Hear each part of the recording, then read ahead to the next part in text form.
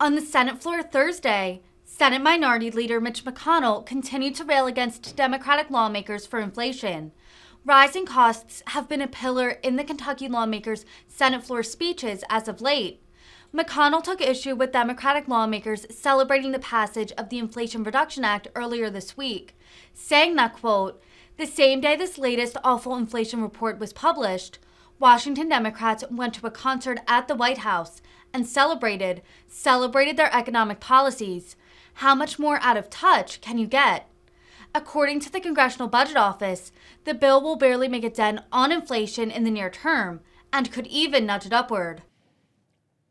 This week's inflation report confirmed what working people across the country know all too well.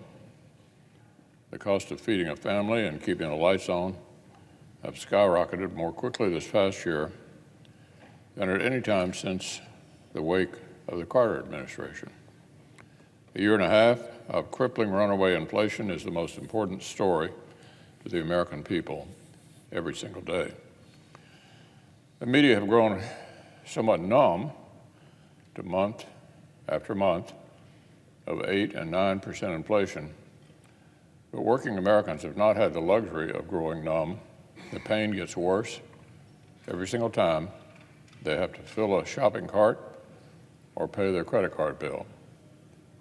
One mother of young sons in my hometown of Louisville put it this way, quote, "My grocery bill has gone up a lot. It's terrible right now. I have to be really strategic on how I plan out the whole month to make sure we have enough money." Of course, Kentuckians aren't the only ones in this predicament. In Nevada, an office worker recently told reporters, quote, "I've not been buying a lot of things because I can't afford it. I'm like, the kids don't need juice for school anymore. We'll just do water." In Arizona, so many families are having to make tough choices at the grocery store. Many are accepting charity to keep food on the table. According to an employee of one food bank in Phoenix, the impact we're seeing day in and day out continues to go up. The families are stressed. And who can blame them, Madam President? Food inflation in America is at more than a 4-decade high. Bread is 16.2% more expensive than it was a year ago.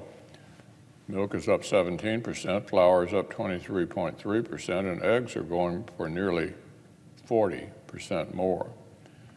Week after week, feeding a family has become a stressful proposition for millions of Americans. And every extra dollar spent on groceries is one fewer to spare for soaring electricity bills. In the suburbs of Las Vegas, residents have commiserated over the astronomical cost of keeping their homes cool this summer. One neighborhood message board reads like this: "My bill for this month will be $574. It's insane." Yes, ours was $800 for June.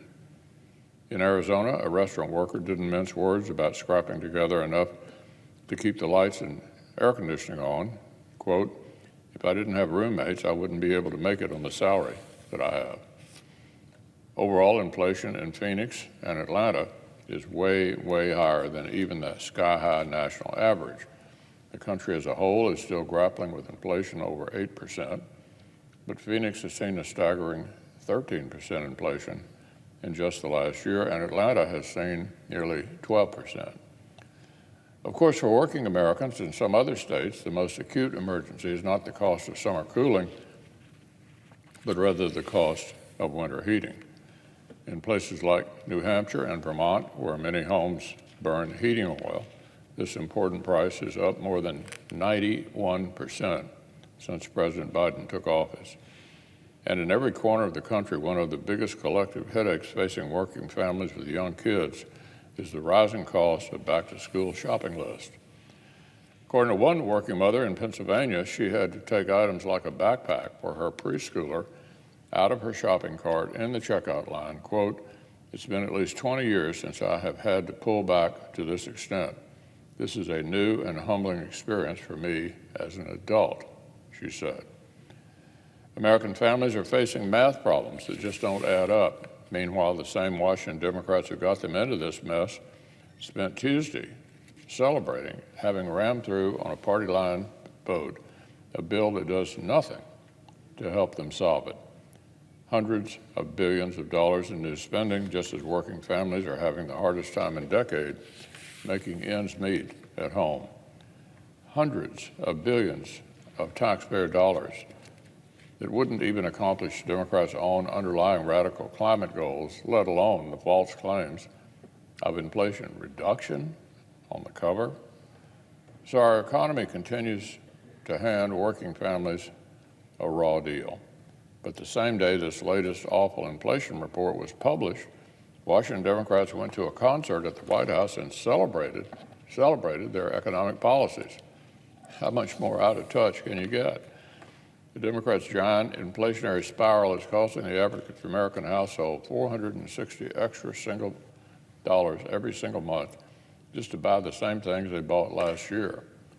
President Biden and his government have imposed a silent Democrat inflation tax of $460 every single month. In Kentucky, the average household has to pay $608 more a month, well over $7,000 more a year, just to stay where they were when President Biden was sworn in. Americans' real wages, their purchasing power, has plummeted since this all-Democratic government was sworn in. And the Democrats' response? Print and spend hundreds of billions more.